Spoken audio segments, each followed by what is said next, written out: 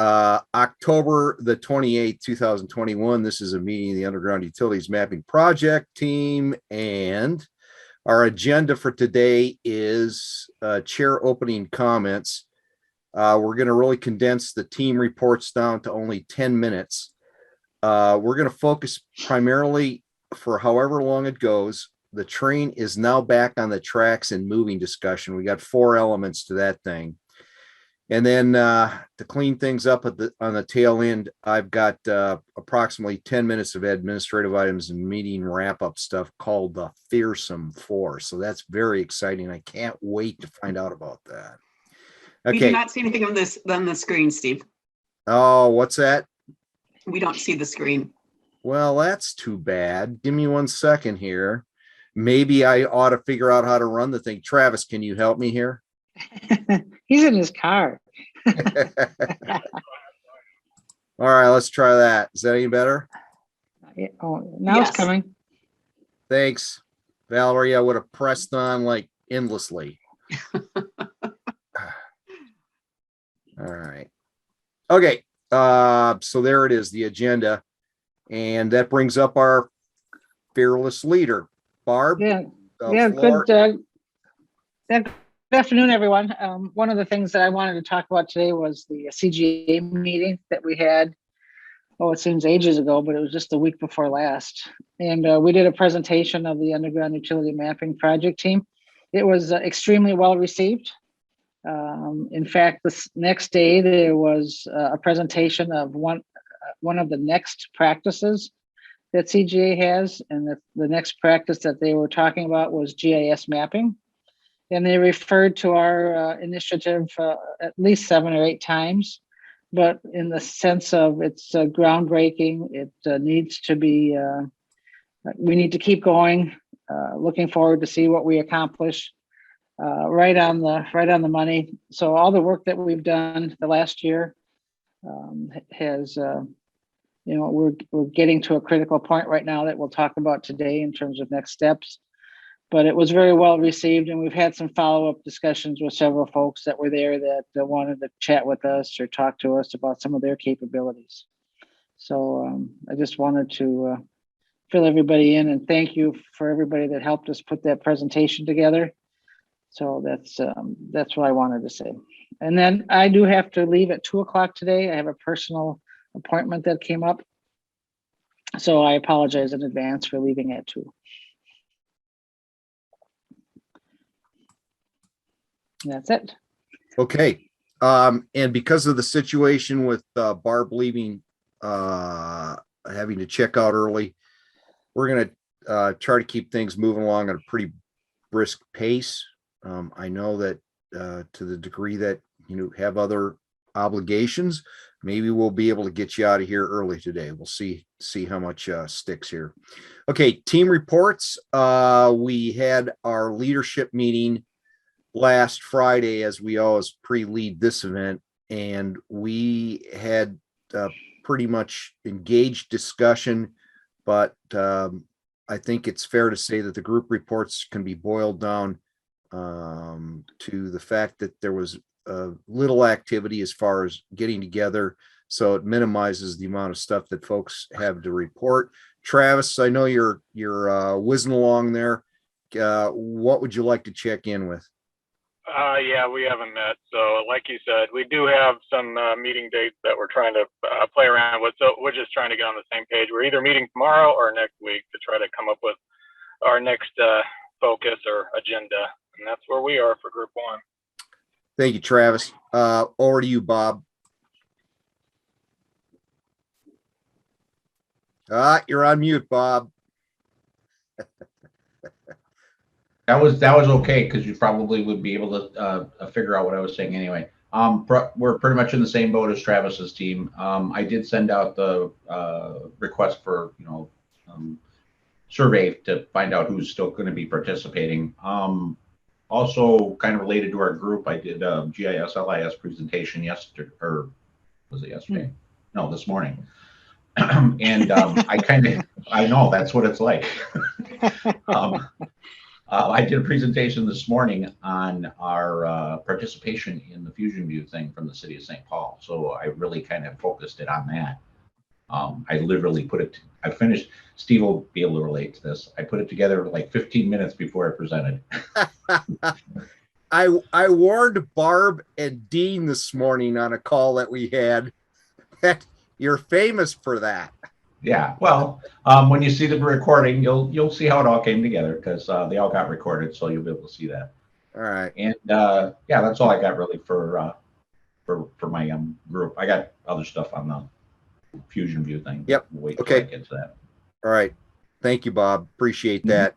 Valerie, I think what I'm going to do here, Barb and I thought you'd need the biggest chunk of time here to chat. And while maybe you're chatting, to put up the policy statement that got passed in October. So Valerie, the floor is yours. Okay, I probably won't need that much time, but I do want to communicate that our group did meet, and the big project that we'll be working on is to, the outreach group will be working with the DP Pro magazine, which is published by the company that I work for, Infrastructure Resources. We'll be working on the article about the Minnesota Clean Water Action Council's initiative to develop accurate map of all underground utilities, of course, working with the UUMPT. The article is going to be published in the spring issue in 2022, which is set to launch in late March. And we are looking for co-authors for the article. So if anyone is interested in participating, please let me know. We also reviewed our goals for 2022, and the consensus was that we need to really develop a wide-ranging marketing effort to make various groups, such as engineers, utility owners, surveyors, contractors, et cetera, aware of UUMPT and its purposes and initiatives. So as we continue to move forward with the Clean Water Council and getting that information more hammered out, we will obviously be updating our article as we need to. Okay. Thank you, Valerie. Appreciate it. I think I'll just take a pause here and jump in to relate to you all. This is the policy statement. I'm not going to read through it, but maybe with the exception of a couple of sentences, I think that the operative and important words in here are, if you take a look at that first paragraph, I think it's what the last 10 words or so, public and private sectors to support sharing of necessary data in a secure and confidential manner. An important point that they were very sensitive to, I think, would be the issue that it was well known, even in that group, that the only way that the utility sector is willing to share their information is if you can prove to them, or I should say expose portions of their data, is to prove to them it's being done in a secure and confidential manner. So this point of origin out of the Clean Water Council, for a point of reference for folks that may have not been on previous calls about this, this serves largely as a door opener for us at a point in the future, which we are going to discuss in detail with the lead on this, who is Victoria Reinhardt out of Ramsey County. But it serves as a door opener for us to be able to have a chance to begin the discussion with potential other partners in the legislative process if necessary. And I think key for both Barb and myself is we are absolutely committed to trying to do whatever we do with this process, is to do it in a way that encourages participation but doesn't force it. So Barb, I'm probably talking ahead of myself on that. Is there something else you'd like to add? No, we're going to give Valerie an update the week or the next week or the week after next on our current status and plans for the next couple of years, so she doesn't get out ahead of us in working with various folks in the state. You You meant Victoria. Yeah, Victoria, I'm sorry. Yeah. I didn't mean Valerie. I'm sorry. And then we'll circle back to you, Valerie, with what's going on. Great, sounds good. Okay. Thank you very much. Mhm. And that takes us down to Mr. Dean. Floor is yours, sir. We're more or less on the same boat as the other groups. We've got a meeting set for next week. Our people at Hinshaw are working on an outline of key issues to be addressed in data sharing agreements. Once we get that outline reviewed by the subgroup and refined, then we're going to be seeking input from the other groups, particularly groups 1 and 2,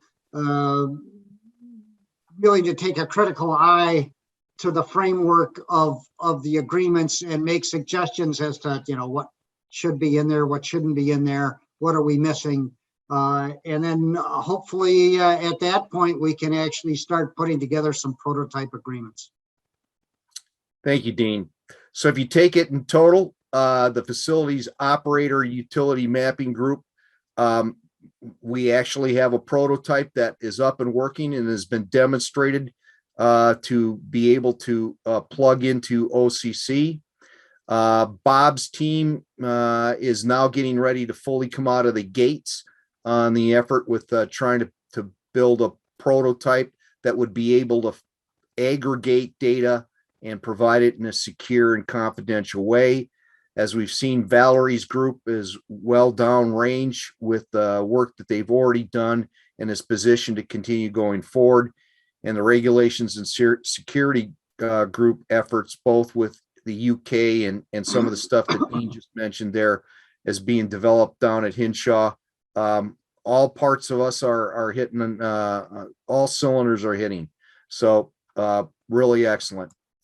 That takes us back to where we're going to spend most of our time, and that's the train is back on the tracks and moving down the way. So it's no longer everything off the side of the rails. So here we go. 4 parts of this. Barb's already hit the CGA conference wrap-up piece. So we've got that one knocked down already. Second part is, here's the event schedule, or I should say it in a way that past and future events are going to lay out. I have recorded for the overall emergency preparedness committee's quarterly meeting. The last we have a 1-hour admin part, and then we do a 1-hour webinar kind of thing. And what I did was I updated the recording that Barb and I did for the Clean Water Council, and you can find it on our YouTube channel. So if you have anybody approach you about, well, what are you guys doing and why are you doing that or whatever, I think it's a pretty good background piece. And so you're aware that it's there and available if you want to use that or show it to someone. We've already talked about the Minnesota Clean Water Council policy being passed. Tomorrow, Bob and Damon Nelton will be on tap for another presentation of Minnesota GIS LIS. Barb has a scheduled event with the American Public Works Association on November 18th. Minnesota Surveyor have somehow caught wind of what we were up to, and they've asked for a presentation, a 50-minute presentation in February, and I've volunteered to go do that, and then followed shortly thereafter by the Global Excavation Safety Conference, which will be largely an update from what was done at CGA. Barb, is there anything else we need to add to that? I would just say that I listened to the presentation that you did on October 7th. I'd encourage everybody to listen to both of those. I think it was a good discussion by the folks on that call with you, Steve. The follow-on, Barb mentioned there's 2 items there. Mm-hmm. What I would like to point out is what happened at the end. There was Charlie McCarty from MnDOT, and boy, I'm having a mind blank on the fellow from Minneapolis Public Works Department on water, and they did show and tell on some of their stuff. So it's kind of interesting. You get a sense of how things are currently being done at their organizations. So those are the two things that are up there on the YouTube channel. Okay, upcoming group presentations. Where we are with that, Rascal, is we have more or less decided that we should focus primarily on trying to get our report efforts rolling along and having extended discussion now that we've had a chance to have those background presentations in place. That being said, if there is an area where we believe, or I should say this group believes, there's a gap that we need to look at closely, by all means, we're looking for any ideas you might have on presentations that would be worthwhile to plug into our efforts going forward. So I'll open the floor if anybody has any ideas right now. I got pen and paper ready to scribble down. And if something were to come to you, like when you're standing in the shower 3 days from now and you go, oh, I should have mentioned whatever, by all means, shoot me an email. So floor's open. Anybody got any ideas? Going once. Steve, one thing that I wondered about is we know that the UK is involved in the next stage of its pilot project build out now.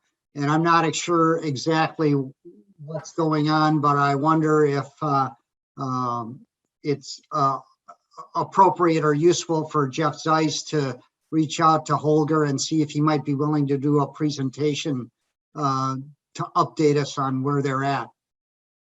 Okay, that's good. Got it. Anyone else? Going once, going twice, gone. All right. Hang on. I'm slow today. I got an interesting request from a guy over at the Ramsey County. We've had a long-running conversation for about 6 months. And the interesting piece of it, and I don't know exactly how it relates to what we're working on, but the interesting piece of it is they wanted to be able to do some kind of a shared setup for data sets that cross our boundaries. And we were talking about a specific data set that's used by a lot of people. We call it the curb lines data set, but it's basically digitized curbs throughout the whole county. The county does the outlying county, and then the city does the city part of it. But we've had conversations about where that could go in the future, and I was like, Jesus, the mechanics of what we're doing for the underground thing are the exact same things that he's looking for. So anyway, I'm just throwing that out there as a topic, not necessarily a conversation fully thought out yet. Okay. So this is Ramsey County, St. Paul. Yeah. Like I say, we've had a longish running conversation about it for over about 6 or 7 months, I think. It kind of popped up when we were doing something else related to this curb line data set. But we started talking about it a little bit further, and there were other data sets that we collaboratively maintained. Sure. So, one thing might lead to another. The way that the project is coming together for the prototype might facilitate putting something together really quickly for use in this other area as well. Okay. And anything else? Going once, going twice, gone. I was muted. I don't know if Jeff Zeiss, if he has anything to update us on at a future meeting as to his Yeah. his role in the world. He touches so many people. So Yep. Let's see if he has something. Okay. We can do that. All right, one last time. Going once, going twice, Gone. Okay, here we go. So here we go. We got plenty of time to talk about this. And this was, if you will, spaghetti on the wall. As the effort to try to get us to be able to move down the swim lane, if you will, on the on that piece of bringing these data sets together and how to go about doing that.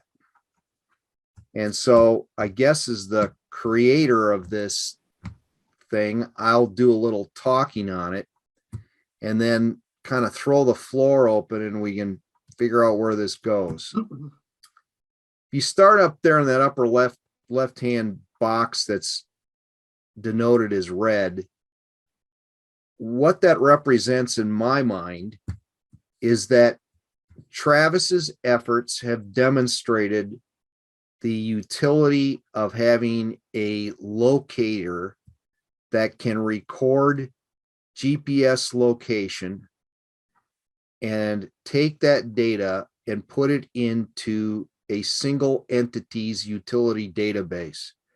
As I understand it from talking to Travis, and might have this sideways, but my understanding is he's been able to get a about the access. community to provide access. I figured Terry will get it. And then I came up here to tell you, hey, I sent you an email and there was no Terry. I'm like, oh, shit. There we go. We took care of that problem. I love this mute button thing that I got control of. All right. So anyway, he's been able to demonstrate he can feed the data in because it is a single entity utility database. It basically shows all the utility for that particular entity. And then through the hard work of both Travis and OCC, they've been able to demonstrate that they've been able to feed that data stream into the OCC system. That's only one element of input. And what I tried to show with the rest of the items down here, all these handsome locators down here, the different versions of them, is that there'll be this need to be able to bring in different elements from or databases that are going to exist in a wide range of combinations. And as I see it, the functions or the outputs that are going to need to exist are, first of all, you're going to be able to need to have that ticketing system be able to display the data stream that comes in from this combined effort down here versus just this one little effort over here. Not one little, but one groundbreaking effort. But the point is, we got to bring this larger group of stuff in. And then at some point, there's going to be a need for that data to be transmitted, either for purposes of facilitating the artificial reality model or to feed into emergency responder type equipment, so on. So there's going to need to be some sort of a electronic push or way to tap into the system in the field. And then finally, over here has been the model that Montana has been exploiting, and that's trying to build a planning system that as stuff gets built going forward, it's recorded in a way that's accurate and is available for additional planning to occur. And also what would be nice to plug in there would be this idea of what Pennsylvania has done is to facilitate that as plans are being developed, they become known to other entities so that they can maybe align their work to support that. And all of that becomes possible if there is, if you will, a fusion view of these data being pulled together and it being, as it says down here in the bottom, clipped to be supported in a bounding box view of that data. So some of the data sets that, I just started throwing some in here, and I'm sure I didn't get them all. It was to try to stimulate the ideas of what might be important. And so it includes, like, if an engineering firm is completed a project, for them to have some way, or that data to be visible to what would be a Gopher State one call piece of software. The Minnesota State databases have things like the centerline data and archaeological stuff, so that if you're planning to put a pipeline or something through an Indian burial site, probably not a great idea. Then there's the PIMSA sorts of data, EPA with sensitive or endangered species, sensitive habitat. That also becomes an important factor. We've often heard this issue that abandoned pipelines and infrastructure underground are being discovered all the time, but there's never been any way to report that. And so there needs to be some sort of an approach that develops that capability. There may be small organizations, which we really haven't ever thought about, that as this thing gets fleshed out, will come forward and say, we've got our data and we'd be willing to share it if there was a database where it could be hosted. Then we've talked about the issue that poor rural folks out there, their stuff might be literally still on paper, or might actually be in some guy's head. And so to the degree that we can figure out a mechanism by which a consortium type approach might be developed, that would be the idea behind this. And then you have your various city utility databases, etc.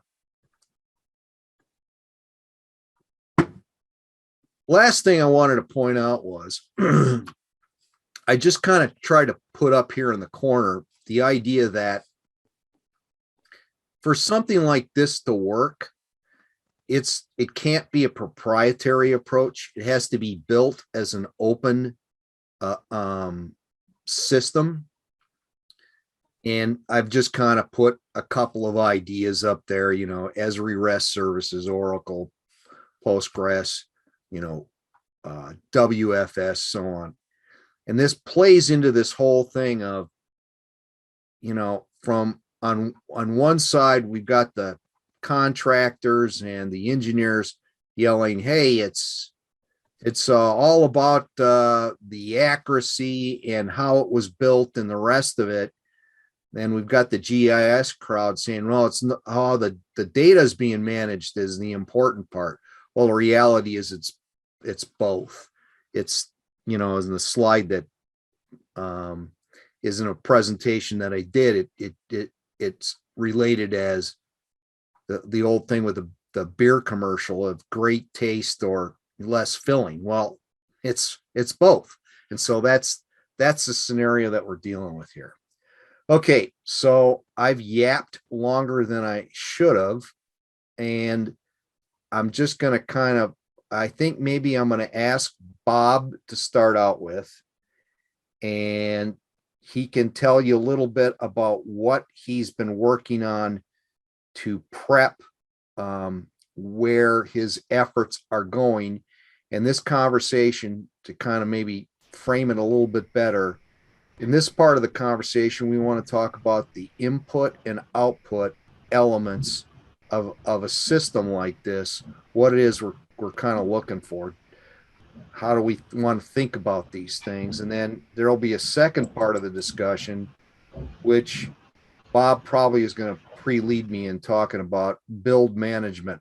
How do we want to approach something like this at a very cost-effective approach to get a prototype that helps us understand better the technical issues and maybe, as necessary, build out a spec document. So with that, Bob, the floor is yours.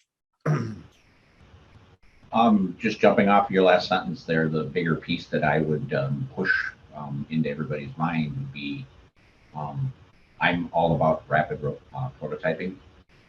You end up finding all your deficiencies or problem areas very quickly by actually building stuff.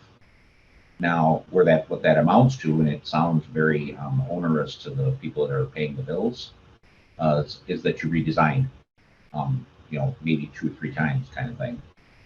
I've got kind of a mantra in the office that I use when I'm training people on building things. You're never going to have it very good until you've gone through 3 iterations of rebuilding things. So your 3rd version is usually your one that sticks around the longest.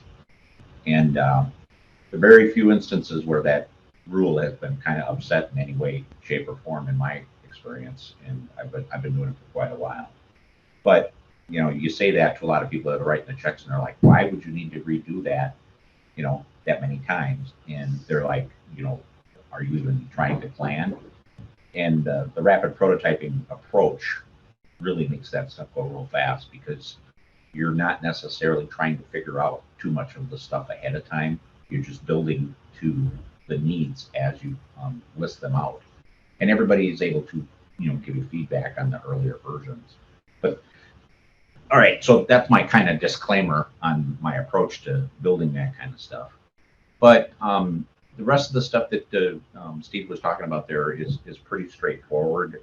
The parts on the bottom 2/3 of his graphic there, where you're doing all the ingestion into the Fusion view.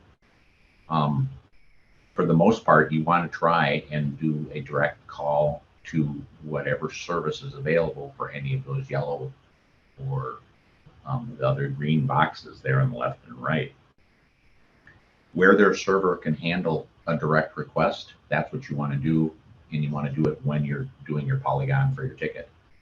So when you get your ticket number and you got your polygon that's coming in, once you've got that, you go out and grab the information that you need from all the participating entities there that have information that overlap that polygon. That's a pretty straightforward construct. There's nothing really in the kind of a mystery bin for doing that part of it. All of that piece of it is kind of already figured out mechanically. We even have the tools in place to do that aspect of it.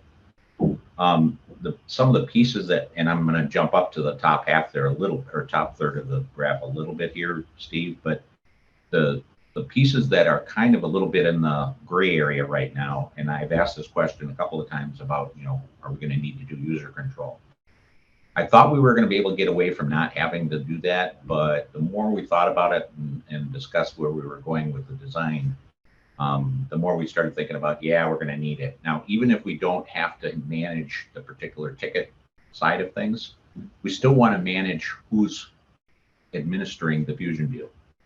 So the people that are actually the administrators and running things, we want to know who's doing what.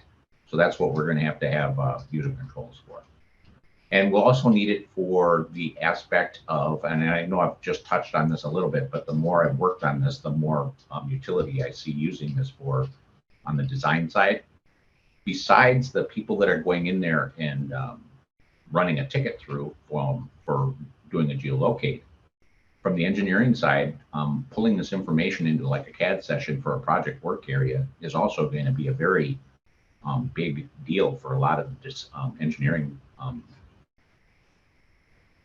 duties and stuff that people do. So being able to connect up to a similar service like this or this service and pull the information out with a polygon, that is going to be a big deal for a lot of folks that do engineering on the commercial side, as well as municipal engineers and all that kind of stuff. So that's going to be another customer similar to the ticket requester. Probably going to need some kind of criteria that we're going to have to figure out user-wise to manage who can see what, how fast they can pull it. But I would think that some kind of pre-registration system of some sort would probably work there. That's just me suggesting, but those are the kind of thoughts that have kind of percolated up out of this Fusion view as we've been moving forward.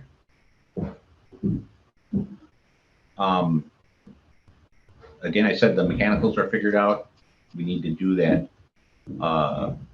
the user controls for the admin. And then because the reason that we don't have any of this in place now is all of the stuff that I built over at the city and for a couple other municipalities in the past. They were all trusted environments. The people that had access had kind of access in a group fashion. Everybody kind of trusted the other people in the group kind of thing. So it never really got down to the user level, administering people, who was doing what. The other piece of it as well, and we're not really clear on how this might work in putting together this fusion view, but we're able to record all of the changes that we've ever made to our data sets. So we can revert our data systems back to a previous version. So it wasn't as big a deal if somebody messed up a configuration someplace. We could always revert the system. That's not something that's going to apply very easily to this fusion view idea. At least not in our first thought exercises going against it anyway. So that's probably about where we're at right now. I think once we get, we're trying to cultivate a few subject matter experts on this user side of it for the group, and I'll probably pull them into the group 2 mail list and stuff and have them start participating there. And the idea there would be that they would help us with figuring out this user control side of it. That's kind of the only gray area that we got left right now. We've got a mechanism that's all going to be set up right now in a cloud setup, cloud service and stuff. So that's all kind of figured out as well. So once we get a clearer view of how we're going to handle this administrative controls, who's doing what, we'll be able to really kind of jump into it and really get going. That's all I got. So again, so there's kind of a clearer idea on this. Your discussion about administrative control really amounts to password and authentication pieces. Wouldn't that be true? Correct. Yeah, we just want to know who is dealing with things. That's it. It's not going crazy, but yeah, it's a password. You're going to have some kind of registration system for the users and the administration of the Fusion View. Okay. And then Bob, for us who don't know this, could you say that most of it's in place today? Could you just help us understand to put this together and build it? Why do you say it's all in place? I pretty much have this whole server stack component list already running at the city. Everything is there. The map server piece that is referenced in the Fusion View there, that's a product called Map Server, and it is able to connect to just about any kind of data source that you can think of, which is how this is all laid out right here. So everything that's out there in, on the satellite side on both left and right of the green square, all of those mechanisms to do that connection, you can use Map Server to do that. That's the same system that we're using internally at the city. When I say that we've got a system at the city, we manage it from top down. We do the whole server stack. We're not just running the application. That's a key difference in how somebody might be running a Esri GIS system versus the guy that's actually turning the computer on and making sure the database is backed up. Our systems that we've built, we build it from the top down. So when I say I can clone our system in one shot, I'm cloning the whole service server stack, all of the data, if need be, and everything that's running on that computer can be cloned out to another computer, and you can start up fresh with everything that's there. So all the mechanicals, everything that you're looking at, except for with the exception of probably the red arrow right now, everything on this screen, the mechanicals of it are already figured out.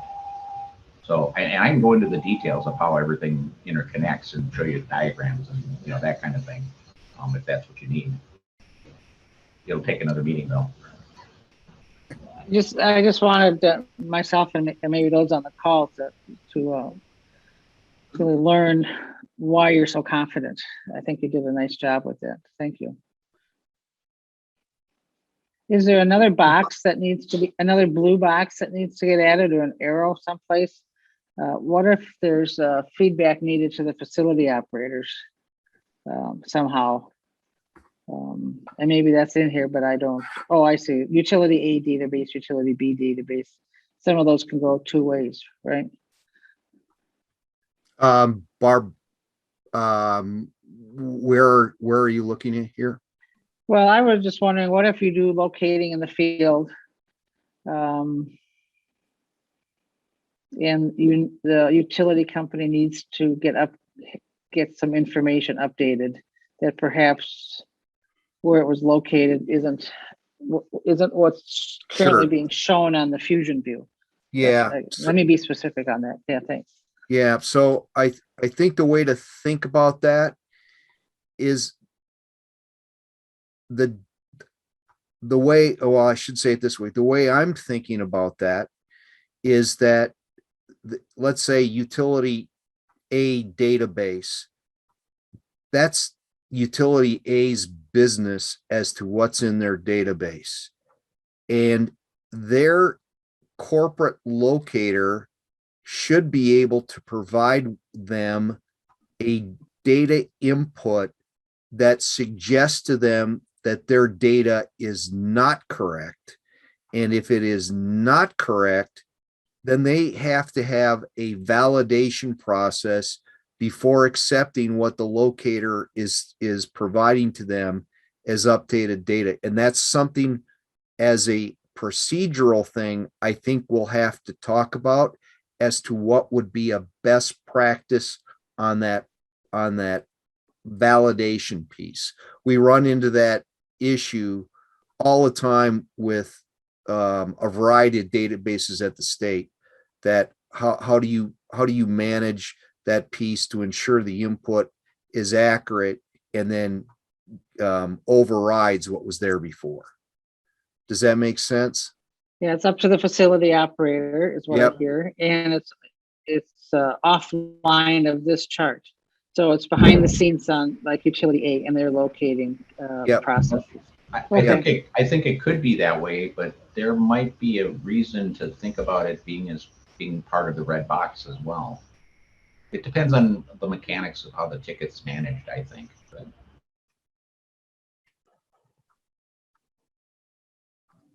Okay. I guess I'd like to hear other people's thoughts and comments on this, as this has been discussed. Well, should I run down the list and we'll start hitting up folks? Put people on call. Okay. Yeah. Well, we could probably, that's a far more effective way. Let's see who we got here.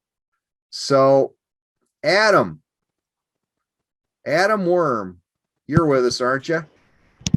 Yeah, I'm here. So you're pretty smart about all this. What are your thoughts? I guess the first thing that came to mind for me is I think it would be helpful, especially as we're communicating with like outside entities, to make a simpler version of that graph or that like flow chart you guys were showing. I think it's really overwhelming to look at and try to interpret at first. There's got to be a way to sort of simplify that. Okay. So we have a request to simplify. You're not the only one that's made that mention. So there you go. I think beyond that, I'm just curious, within the sort of management group, are you guys, like the stuff Bob was talking about, is that sort of the direction we're headed, or was that just an idea for the direction we're headed? The floor is wide open. That's why this group exists, is to be able to knock stuff around and, find out what we should be thinking. What are your thoughts? I guess I would want to know more about the sort of open source stuff. I guess I think there's a balance between, like, obviously using something that's more customized or open source or whatever, but then that needs to be maintained as well, because obviously we're trying to plan not just for like the next couple of years, but we'd want to, if we're doing this large of a project, we want to make sure it's going to be something that's supported, 5, 10 years from now as well, without having to change systems every couple of years or something. So I guess I would just want to know more about the stuff Bob was talking about. It was new to me. And what other alternatives we have. Understood. Good comment. Thank you. Okay, I think that brings up, oh, people are leaving. They don't want to have to talk. David Phillips. What are your thoughts on what you've heard so far? Going once. David Phillips. Sorry, I couldn't mute myself. Are you Is with this us? all? Yeah, can you hear me? Yeah, we got you loud and clear, David. Thanks. Okay, is this all like voluntary? Are we expecting just everybody just to sign on to this voluntarily? I mean, that's all. I mean, the other areas, I guess, was that the 2 states that have it where it's mandatory, you have to comply. Is this something that's voluntary compliance or voluntary, participation? Okay, I need that question delivered with a little better clarity. Okay, I mean, I see you want, is all utility companies, operators going to contribute their data? You expect them all just to voluntarily contribute their data to build this thing? Is that the plan? Okay, yeah. So let's refine that right from the get-go. One of the things that is critical in thinking about this is that we are not proposing a collect mode where Okay. you have some big database in the sky and everybody has dumped all their stuff in that. This approach would allow for an on-demand pull of data. And one of the things that we have talked about within the bounding box, there'd be kind of 2, what do I want to say, safety guards. One is the same approach that's being currently used in the United Kingdom of a bounding box. So what that does is it limits the amount of area that Gotcha. anyone can see. So delivers, if you will, a buffer around the excavation site. So would it trigger companies to say, hey, you're in this bounding box, there's activity, we kind of need you to provide your location data before something happens? Would it kind of be that early warning type? Think of it like a picture frame without a picture in it. And the picture frame would be centered on where the excavation site would be, so that no contractor or locator would ever see the combined view of all the utilities in the area except within that picture frame. Okay, got you. I got you.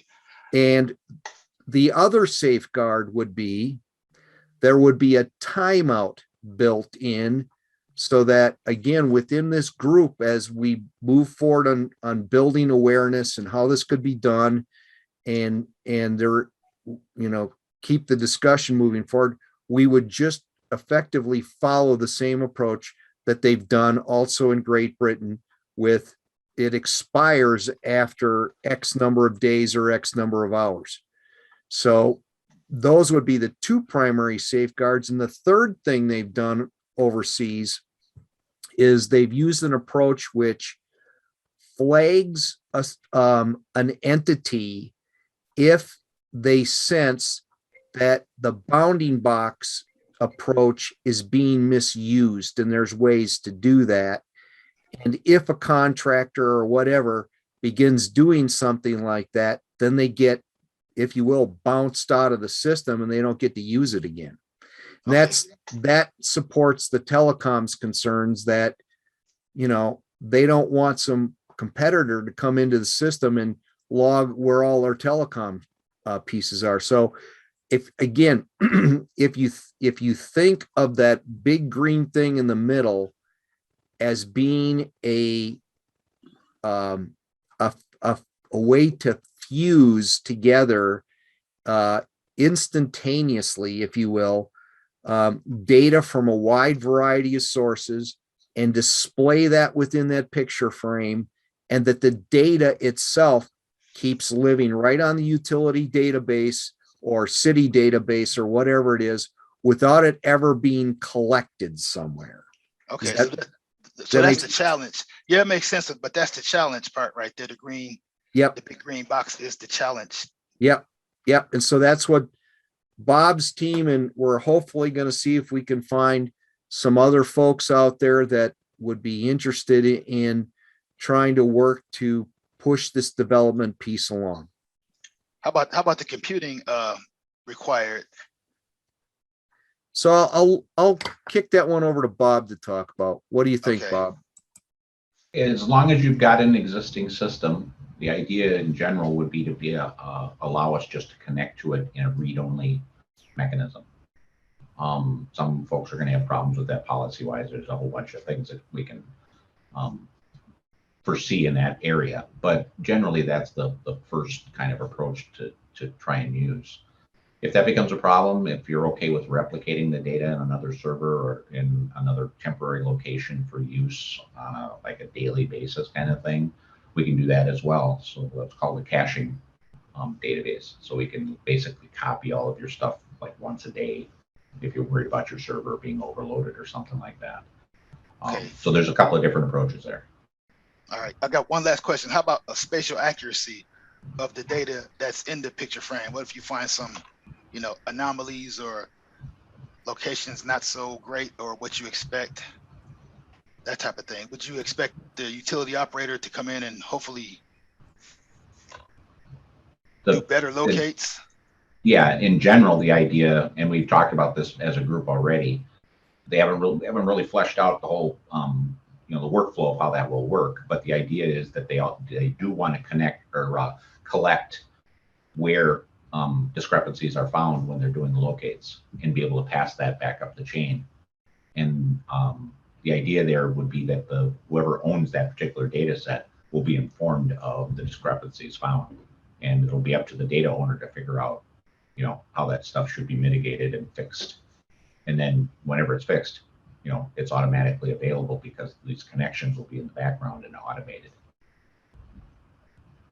for feeding all the new data back out. All right, thank you. I was just looking at like schedules, like somebody had a project they're trying to get built, and you have the challenge of somebody's utilities not being in the right place, and before you get a backhoe in the ground and hit somebody, would it be timely enough for them to get out there, or get the information to the contractor before they start digging? Yeah, time will tell on that, on how well this works. I don't see this as necessarily something that's going to replace anything that's working now. You're going to run this in parallel for a while, and the idea would be to get people to trust it before you do some kind of wholesale transfer. All right, I'm done with my probing. Thank you. I love it. David, Hey, one Yes, other sir. thought I think that's helpful here is that think of what we're doing here is more like growing a tree versus flipping a light switch. Everything is not going to be perfect, right out of the get-go. But over time, this puts in place a system that will improve the quality of what's available in the field and hopefully start reducing the number of hits. I'm sorry, Barb. And I just wanted to add, David, that designers could access the system and view the data. So as they're planning projects, they get a good look at what might be in the ground. Now, when they actually go out and mark or do excavation, they may find surprises. But having the designers look at it is a great benefit of this system.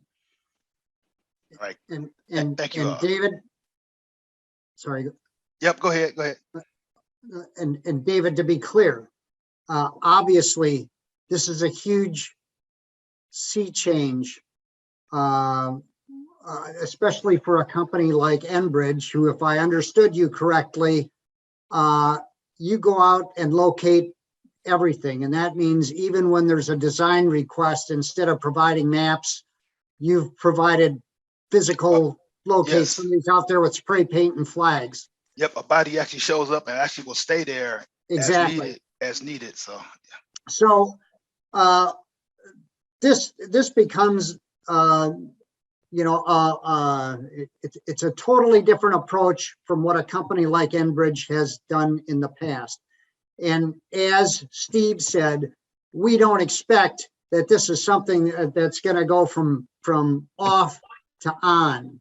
It may be that a company like Enbridge, for example, who's really in a high risk situation for problems, would start to implement a system like this, and maybe initially it only uses it with its own employee locators to help them locate more accurately and more effectively. And there's a feedback loop where you start to learn how accurate or inaccurate your maps are and gradually improve them over time. And then maybe at some point when you become comfortable enough as to the accuracy of your maps, maybe that's right away, but maybe that's a few years down the road, then maybe you end up taking the next step and allowing certain trusted parties to be seeing your information. But I don't think anybody expects here, that a pipeline company like yours is going to use it exactly the same way, at the inception as, say, maybe a telecom company might.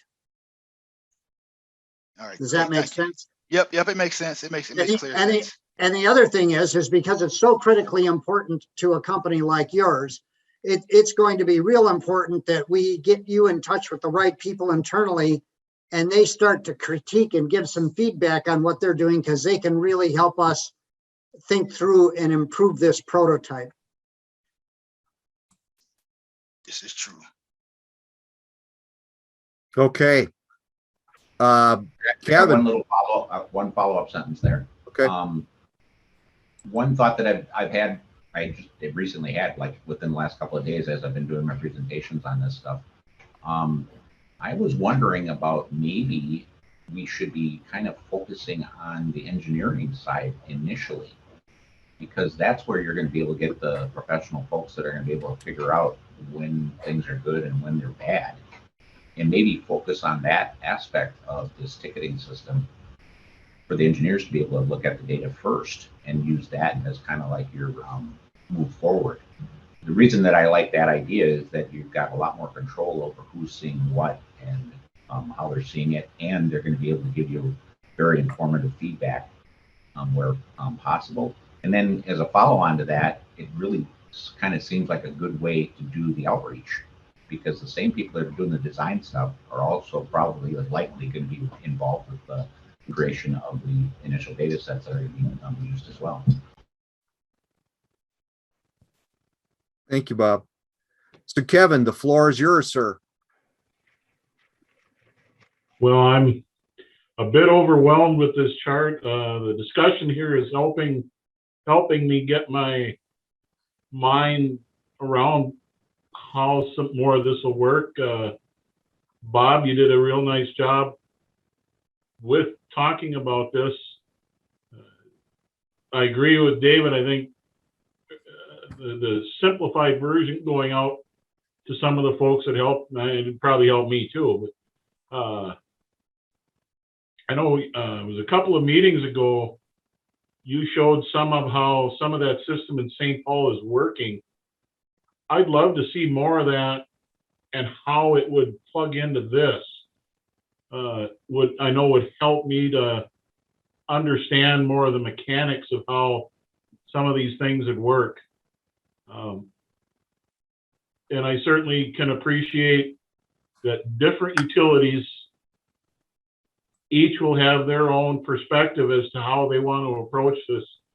The pipeline companies versus telecoms versus cities and municipal utilities versus electric utilities. It'll be an interesting mix. And then also how some of the excavators will utilize it, how some of the engineering firms will utilize it. This has so many tentacles going out there that it's a lot to grasp. And I'm sorry, I'm a detailed oriented fellow. It's how I've operated my whole career. And when I don't understand any piece of it, it makes me uneasy. So I'm really working to try to drink all this in and see whatever valuable input I can give back. Right now, I don't know if I'm able to, but especially Bob, and I definitely want to compliment all the work that the teams have been doing. Travis's leadership with Team One has been instrumental.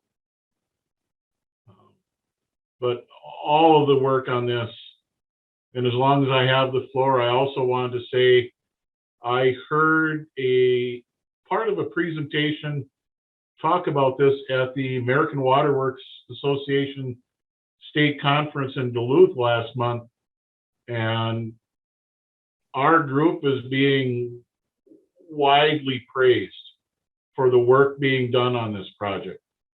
So I too would echo, the ripples from this are going out, and I think are going to be felt for a long time. This is a neat project to be involved in. I just hope I can pull my share on the oar. Can I interrupt? I do have to leave, but I'll listen to the recording, and please keep the conversation going. Thank you and have a great day. You Thanks, are, Barb. but Thanks, well, Barb. that's, I just wanted to make sure to mention what I heard at that conference in Duluth. Our group's work is valuable and worth all of our input. So, Thank Thank you, you. Kevin. That's encouraging to know that the word's going out. I would add to that kind of an interesting side note that when I was down at the Common Ground Alliance thing here last, was it 2 weeks ago now? It's the first time ever I've heard someone make a comment to the extent of, what you're doing here is actually going to save lives. And I've been messing around in this GIS emergency response thing for well over a decade, but that's the first time I've ever heard anybody actually say that. So I thought that was encouraging. So yeah, I agree with you. I agree with you. And we'll work to simplifying what we've got here. And then, if you will, we'll continue to bat it around to get it to the point where it can be easily understood, because that's going to be important in trying to deliver the message of what we're doing. So thank you for that feedback.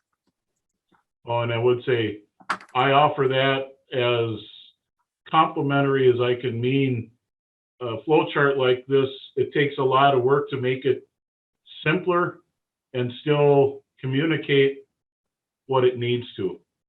So I appreciate all the work already done. Okay.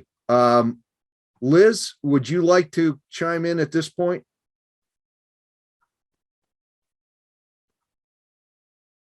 Calling Liz Hamilton, an engineering mind.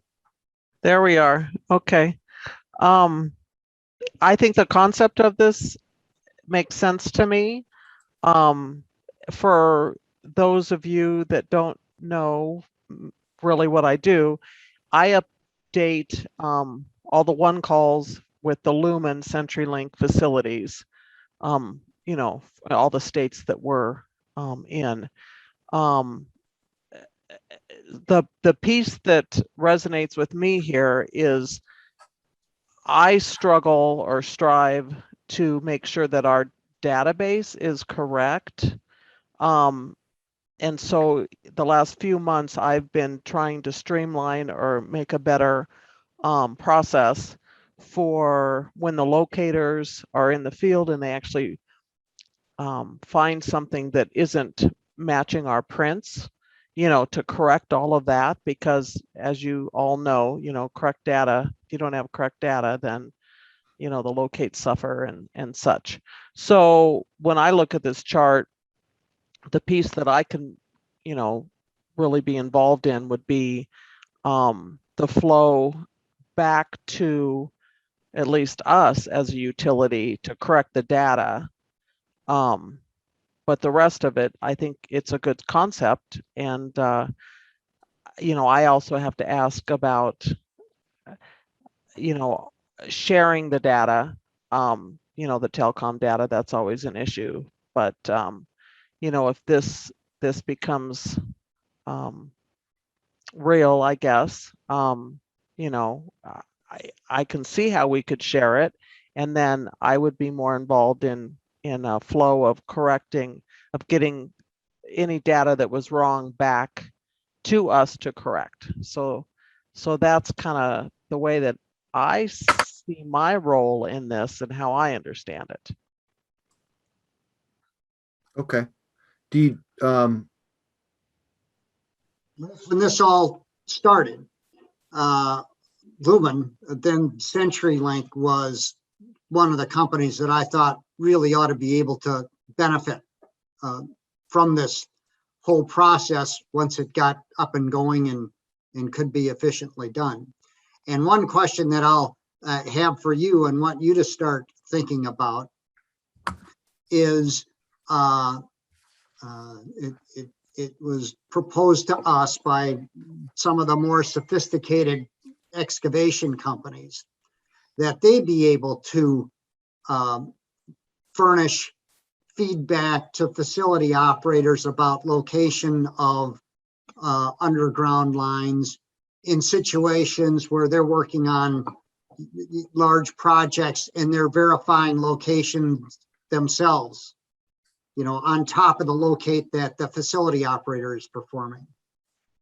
And so long term, I'd like you to be thinking about, is that yet another feedback loop of information that would be useful for you to receive? And then, you'd have your own rules for verification and when that became desirable to reflect that additional information and when it didn't. But that's a whole additional potential source of locate information in addition to your own contract locators furnishing verification to you of what your maps are.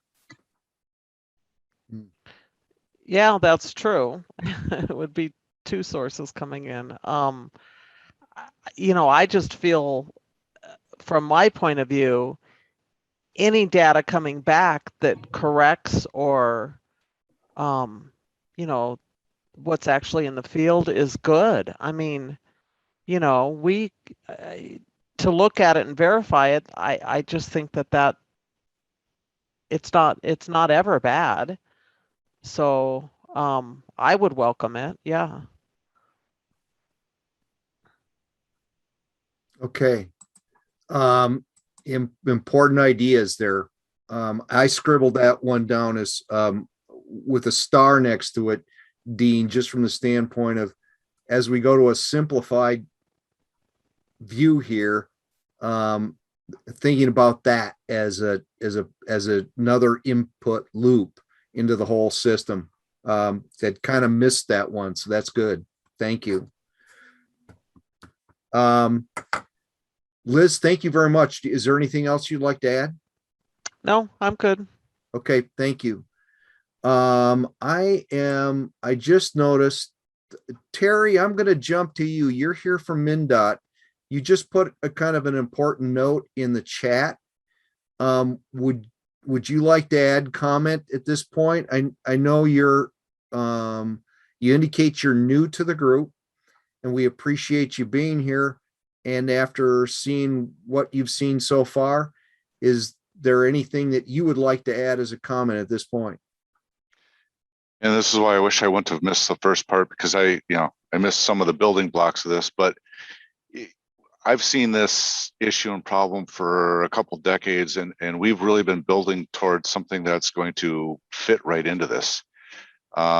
we use a program we call Giorilla, which is, I believe, built off of GeoMoose, which started in the city of St. Paul. And like in my note, I said, instead of different utilities or cities and counties, it's the different agencies within MnDOT. So our water resources would be like one of the entity collecting process people, and engineering, they'd have all their things. I'm with the traffic management center. We've got the fiber all over. We have our own. And each group does that same thing about taking their data and on the engineering side, putting it in, but also on the as-built side, taking the as-built data, bringing it in, and replacing the engineering data that was how we built it with how it actually got built, and as well as tracking what we abandon and stuff like that. So what you kind of have before you, we have in a microcosm within MnDOT, but all that data, with each group signing off on their own data, would fit perfectly into this. And I'm so supportive of this. I'm giddy. We love giddy. Yeah. Well, I mean, I'm on the engineering side. So when we do plans, it's like you get all this information in, and some of the paper records we get are not very pretty, let's say. And if this is shared right on the engineering side and the field side, it makes everybody's life better. And I find the accuracy of it, because we do sub-meter accurate, we don't do centimeter, just sub-meter. I find I can make decisions based upon that without doing field review, because the wall's going to be 7 feet away, so I'm fine, type thing. Mm-hmm. Sure. Good comment. Understood. I think, Bob, do you want to chime in here at all about that piece? Giorilla, go. If anybody ever wants to see it, I can even do a brief demo at some time whenever anybody wants. Well, I think that maybe sounds like a perfect one of our shorter presentation things, if you'd be willing to do that maybe in December when we meet on the 16th of December. Yeah, I'd have no problem. Okay, that's wonderful. Well, I'll put that before the leadership and we'll see where we go with that, but I think that'd be great. And I should say, I do not speak for MnDOT on this. Oh, that's fine. I am within MnDOT. There'd be plenty of blessings and, handshakes that need to be made for us to jump into this with both feet. But I could tell you from the user side what we have, how we use it, and how nicely it fit into this. Yep, understood. Yeah, Understood. I'm running into the same problems at the city, with getting permission to use the data. Even though we've got everything exposed already, formally having an agreement in place. This is actually something I'm probably gonna have to talk with Barb and Steve about. We may need to do some kind of a release letter of some sort, or MOU of some sort between the organizations. And are you looking at dumbing the data down, by the way? No, the idea would be to use it as is. So if you want the dumbing down to actually occur, or the owner does, they'd have to do it on their end, and that would be what they would expose. And by dumbing it down, I mean, instead of saying it's a 96 count fiber cable, do you say it's a communication cable, and so you don't get, that would be completely up to the data owner, because where possible, we're going to keep the attributes just as the data owner is providing them. There's going to be some. I want to offer one counterpoint on that, Bob.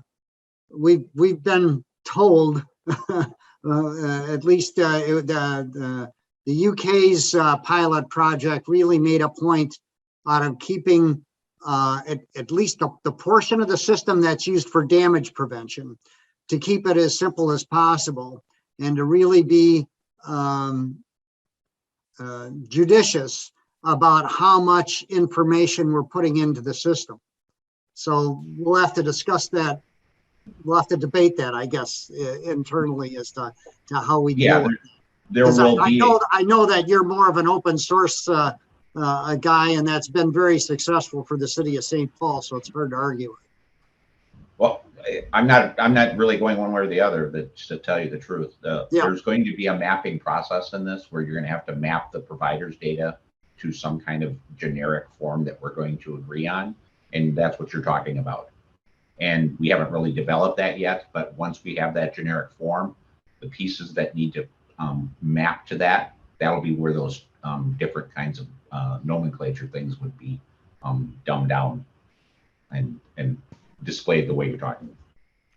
And if I could jump in, almost all the data we're talking about has either been openly advertised for people to build it, or permits requested from cities and counties for the ability to install it.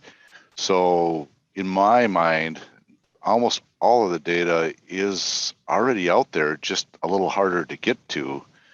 So I don't think I'm giving away trade secrets if I expose my data. Yeah, different organizations are gonna have different takes on that. So, and that's a known. I think that may be true with respect to MnDOT right of way, but there's a lot of areas in the state that are outside that, but still would benefit from this system. True. Oh, we got lots of people getting ready to raise their hands. Liz was jumping up and down there for a bit, and I see Kevin's tuned in. What do you got, Kevin?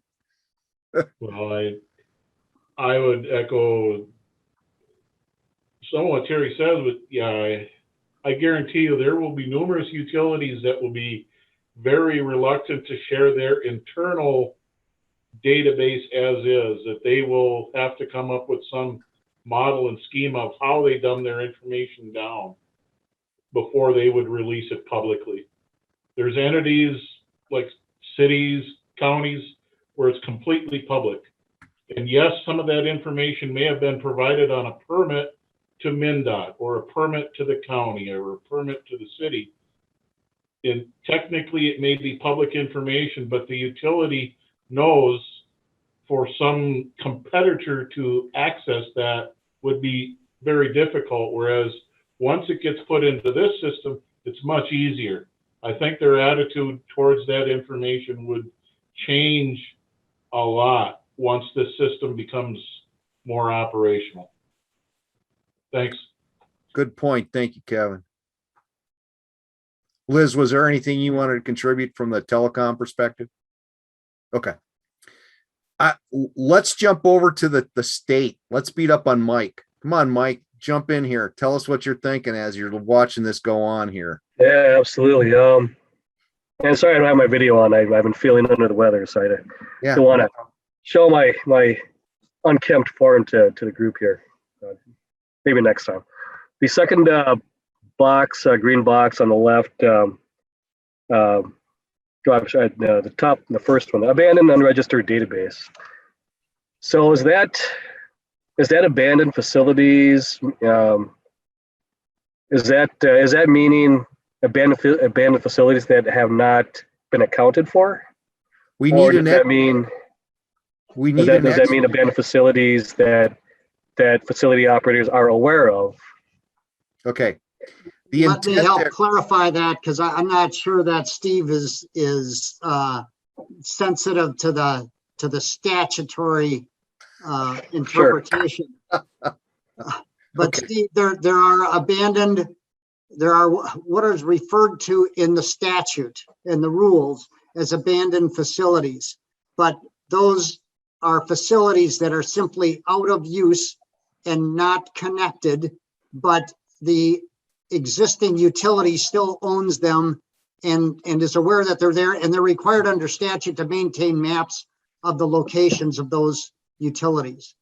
And I think that probably, I mean, this will have to be all discussed, but I think probably we'd expect those to be handled, you know, the same way that they're handling their live lines, except obviously it would be indicated somehow that those were abandoned lines. But I think that what Mike was driving at is, what about the company that is out of business and the lines right. are no longer registered? Seems to me we had a telecommunications company in the last few years go out of business and there was no owner anymore. Correct. And I think that is what Steve's box was driving at, where we don't know who those lines belong to, but we've got some information. And so shouldn't that information somehow be displayed for the benefit of the designer, or the facility operator, or the excavator? Okay, no, that helps. And I think one of the pieces that's going to benefit excavators a lot moving forward with accounting abandoned facilities is simply that knowing where the abandoned facilities are and what the abandoned facility is, whether it's abandoned telecom, abandoned gas, abandoned electric. MinOps runs into a lot of cases where there was a utility marked. The excavator potholed the utility, thought that they were crossing the live utility, which was indicated as marked, but when they continued their work, they encountered and damaged the facility, realizing that the facility that they verified was actually the abandoned facility, and the live facility was either next to it or directly beneath it. And the abandoned facility was not accounted for. There is a rule, statutory rule, or statutory verbiage that indicates that any abandoned facility after January 1st, 1999 has to be, information of that facility has to be provided to the excavator. So if there's abandoned facilities prior to that date, which we know there are, that would probably come into part of this equation of identifying abandoned registered facilities, but also at the same time, abandoned unregistered facilities would be beneficial to have in this picture frame. Yes, I think as a practical matter, the hope is that this would provide a cheaper and more accurate way for the facility operators to maintain their abandoned maps, so that that information would actually find its way to the excavator. Because I think what we're hearing, at least from the field, if we can believe it, is that a lot of times abandoned line information is not making its way to the excavator, so that the risk is increased of the situation that you talked about, where an abandoned line is found, they think it's the live line, and then they go dig down and they hit the parallel live line, where if they had information saying that there were two lines to begin with, Right. That would definitely reduce the risk of that kind of thing happening. Right. Yep. And knowing that in past legislative efforts, certain excavation groups have submitted verbiage for bills, basically to the effect that every facility operator needs to provide information on their abandoned facilities. Knowing that's going to be a huge challenge, I think this route would be far more beneficial and far more effective for the players involved to accomplish that. Yes, which is one of the significant reasons that this initiative started, frankly. And Steve, just feel free to hit my mute button if I'm talking too much. I'll go ahead and mute mine. Sorry, Dean. Yeah, so I don't really have anything to add. Dean did such a good job of laying that out. And what I would just pass along, I was completely unaware of the issue, to be blunt about it, until I heard Johnny, and I forget his last name, from the Hydrovac folks. He got talking about the fact they run into abandoned stuff, unregistered stuff all the time.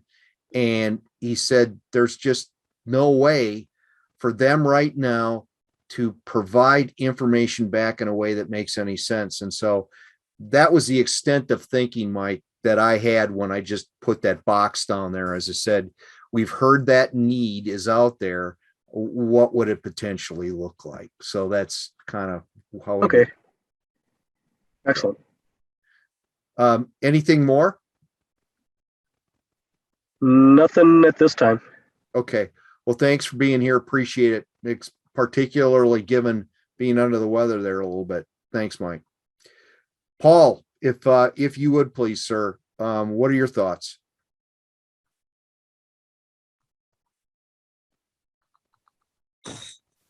Hi, everybody. Just a couple quick thoughts. The abandoned unregistered, that one was a definite point of interest for me. I think Barb called them surprises before she left there, but our discoverables that are out there are definitely a concern, and how we navigate those waters once it is discovered.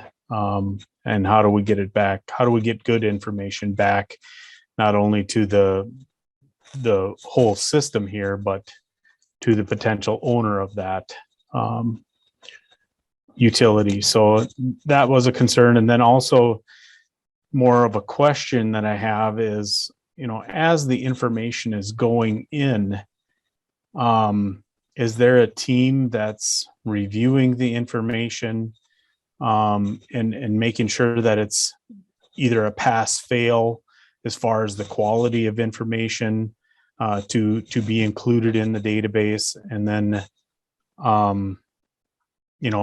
think we talked a little bit earlier, somebody mentioned the engineers being the first level that we approach for the information. Maybe there's a team of engineers that's reviewing information before it's allowed to even be in the database. We talk a lot about archive data, paper maps, maybe some type of GIS system collected the information 15 years ago. There's different levels as we go, continue on here in time and technology. I'm curious about the control on that. If anybody can offer any input. My initial response to that is, I think on the startup, where you're going to want to be with this is some level of vetting on the initial, whether or not, for instance, and I'm just going to use example of Xcel Energy, whether or not by and large the history of Xcel Energy data meets a certain threshold. And as we go forward, those will sort of that'll need to be a discussion that kind of defines that piece. That's what my sense would be of how we would want to try to do this. And then I think, though, at the core, it needs to be understood we can't create, if you will, a police state. It needs to be that the respective utility owner has to take responsibility for their data and providing that ABCD level of verification on what they believe their data to be. And I honestly believe that we're going to start out with a fairly large swath of errors, just because we've heard it repeatedly that these locators are going out and finding stuff where it's not supposed to be and not finding stuff where it is supposed to be. So it's pretty well known that our level of accuracy out there is, but I think one of the more interesting things that can be potentially woven into this is some level of artificial intelligence loop that provides a sense of how often a particular utility's data turns out to be bad. And there are several different ways of doing that, but what all I'm suggesting here is it's like that we go right back to growing the tree from the from the moment this thing gets turned on, it's not going to be perfect. But if we build into it the total quality improvement loop thing, over time, it will get better and better and better and better. You got to have a starting point somewhere, kind of a thing. Does that make sense? Absolutely. And just to kind of further that, what I continue to think about is the small, city operator out in rural Minnesota that does have all the information in his head. Maybe there is a help group that is provided by this system that can help him get all of the information from in his head onto paper or into the system at some level of accuracy and consistency. Well, I think that element we've heard before within the group, and that's what drove me to put this rural consortium database approach in here.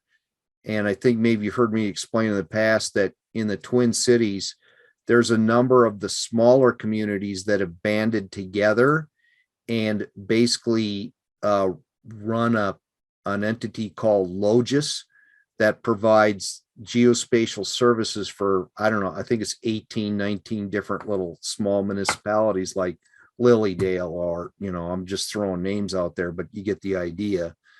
And I think that's, if there's going to be an element of legislation, I would think that that's probably one place where there may be a structural need to financially support that somehow, because they don't have that capability right now because they don't have the money. And we got to figure out a way to help those rural communities so that, they're not left swinging in the wind when, the Twin Cities Metro is doing just great. So just a thought on that. I agree. Here comes Kevin. What do we got, Kevin? No. My primary job is at Austin Utilities. My second job, I am the wastewater operator for a tiny village, an unincorporated village. I have a copy of the original plan maps. There was never as-built done. I have the system in my head, but we have no financial resources as a tiny little sewer system to do that. Yeah. Steve, I am very glad you account for that on here. I think it's great. I think that would be something that some of the different legacy money that the state's collecting, or other various grants to provide the funding for mechanisms to do that, I think would be absolutely great. Okay. Thank you. Thank you. At this point, I think we're either going to grab Troy or Travis. Who wants to go? Troy, how about you up there in Duluth? You started all of this.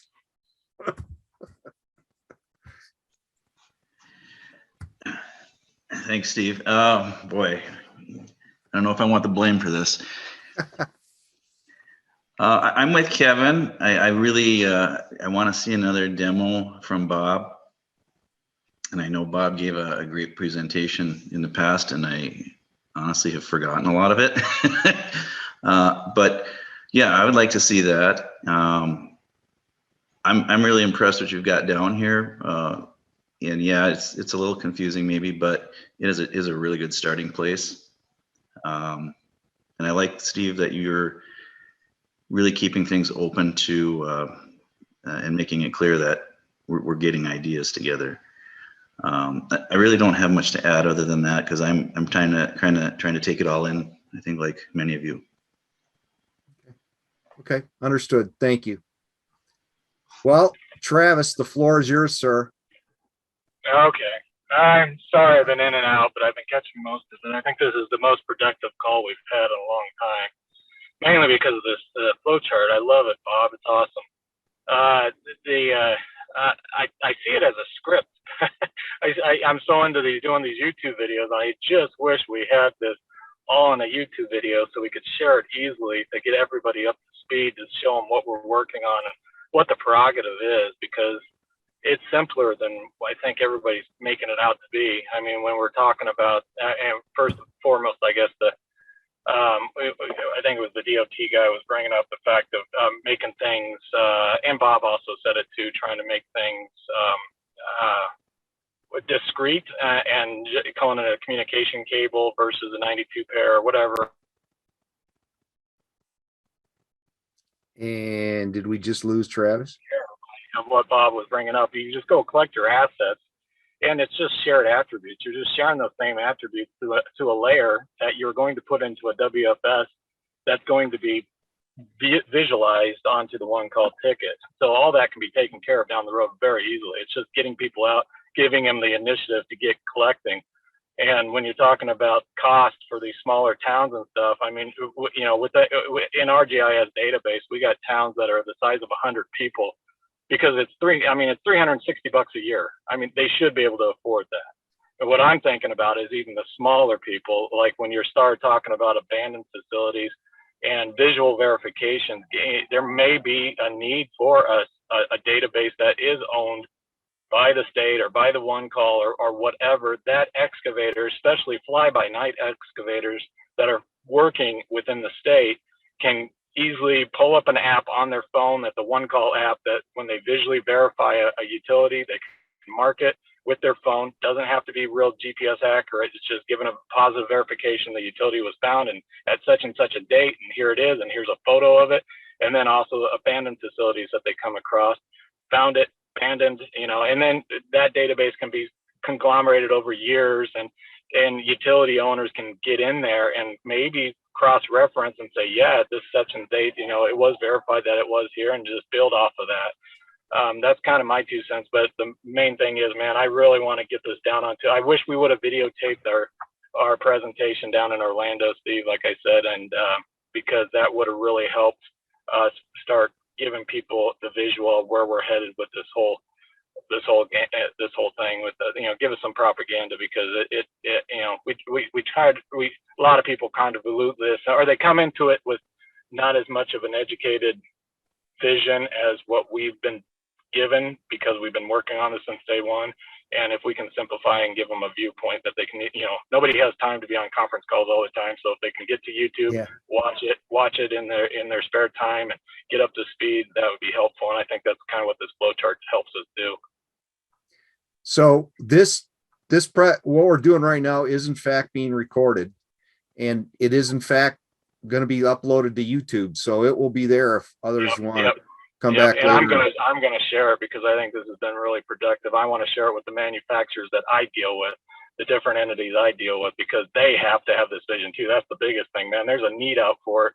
And if a manufacturer would just step up and say, hey, let's build it, because really what we're talking about is it's easy to build. It's easy to build these apps, easy to build these GIS databases from scratch now. I mean, it's just, and it's very cost effective. I mean, people are thinking that it's astronomically priced. It's not. It is. You just got to find the right person. Yep. So it's simple. Okay. Any comments for Travis?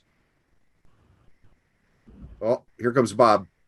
I just wanted to say and clarify that this chart was an original from Steve. I did help him label a couple of things, but and I'm saying this with all due respect. Steve has really learned where everything goes and how it works now. Over the years of working with him, he's absorbed a lot. Oh, thanks, Steve. I just wish you had a picture of me instead of just a name and a sticker. I knew sooner or later that was going to yank your chain. I'm surprised it took this long though, Travis. All right. I think that leaves us with Valerie. Do you want to jump in here? No, I don't think I have anything to contribute from I'm not an expert on this matter, so I will just remain wisely quiet. Okay. And we also have a guest today. Rob, you're joining us for the first time. What are your thoughts on seeing what's going on here? Thank you. Well, I come from the telecom side, and much of this is familiar. I was impressed with how far along you guys are, and I'm representing the virtual GIS side of Troy's business in Duluth, and ultimately, I see a few areas after a little more understanding that maybe I can step up and make some contribution along the line. So I'll be in touch with you guys, or you with me, in areas where I have some background. So I'm impressed. It's amazing how far along it is. Well, thank you. Appreciate the comment. Doesn't feel like we're that far along. This is the hurdle.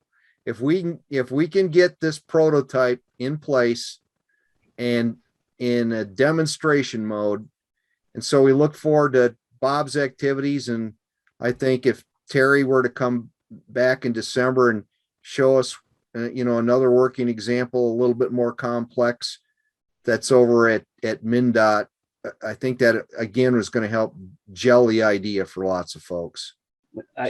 One comment. I will say that I believe that a little more cooperation is possible when positioned correctly. I think that, take a penny, leave a penny. The information in the database will be so valuable as it gets built and rolls, that more and more people will come to it and find its value equal to what they need to contribute to keep it updated. So I think there's some cooperation that can be done. I'm not sure where you originate that, but the telcos and the larger ones, Lumen and the team, up to and including the PUC in Minnesota, I have to believe there was some legislative involvement in the two states that had some success with it on a statewide level. So just thinking outside the box a little bit. Okay. Thank you. Yep.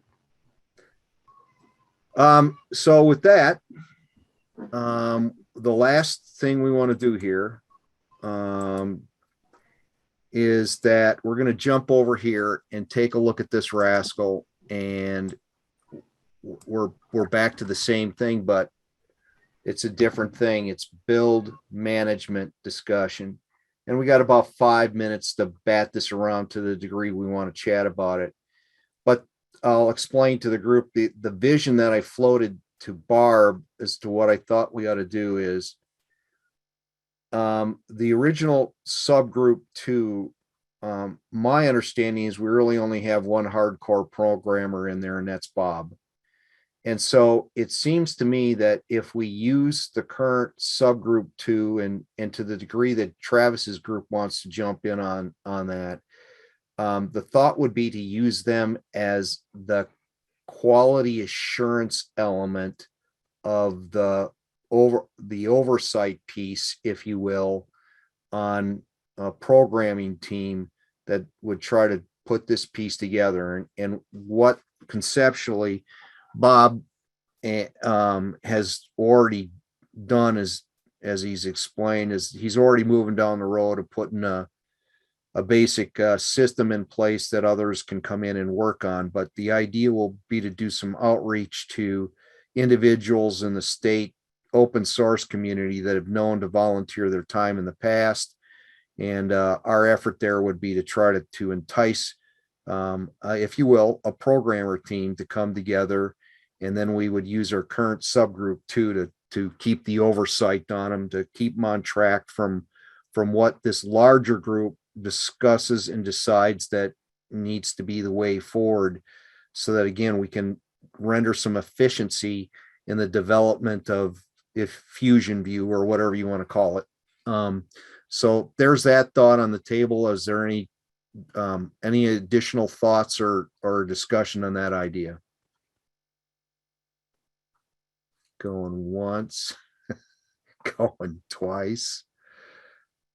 Well, okay, everybody wants to. Steve, I'd love to see a programmer group to build an efficient way to accomplish the ways a utility could vet that incoming data. You know, say that an excavator come across an abandoned line and they report back to the utility, hey, we found what we think must be one of your lines abandoned. For that programming group to develop an efficient mechanism using a GIS app, say, so that that utility could efficiently vet that incoming data so that to make it efficient enough to be useful. You know, I think we could get a ton of data coming in, but we need an efficient way to manage it so that only good data gets put in, the unreliable data is held in some kind of purgatory, and the totally unusable reports get deleted. But that would be a great thing, you know, like you say, a group of volunteers to do that would be a wonderfully useful thing. And what Travis talked about, some of the manufacturers will hopefully see parts of this and decide to get involved. That'd be fantastic. I'm off. Okay. Thank you for the comment. Appreciate that. Anyone else? Going once, going twice, gone. Okay. That takes us down to your homework. What do you mean homework? I don't have any homework. Sorry, school's in session and you've got homework. So here it is. First one is this. Take a long, hard look at this, you group leaders. This is in theory what our current structure is, and we all know that there have been individuals that have fallen by the wayside. So what we want to try to do here is that's still a brain trust. We want to hang on to people as best we can, but I want to define roles to the degree that an individual is either an observer or part of the work group. So I'm asking the group leaders, the first thing I got here,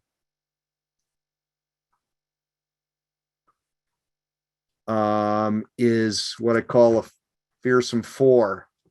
By the next time we meet, small group leaders sort out who is active and who is not. And if you would send me that information, Valerie has already done it. I appreciate that very much. So I guess that leaves Dean on the hook, Travis on the hook, and Bob on the hook.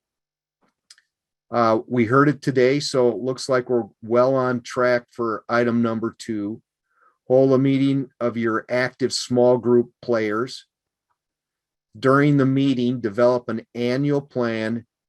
Discuss further fusion view or key issue for your group as appropriate, and be prepared to brief the above items at our next large group meeting, which is posted down there at the bottom, December 16, 2021 at 1 p.m. I got to believe by the time that meeting rolls around, there's going to be some significant concrete action that has been taken on moving the prototype forward. And I would put it this way. It's a meeting you're not going to want to miss. So I would ask you once again, the group leaders, please take this to heart.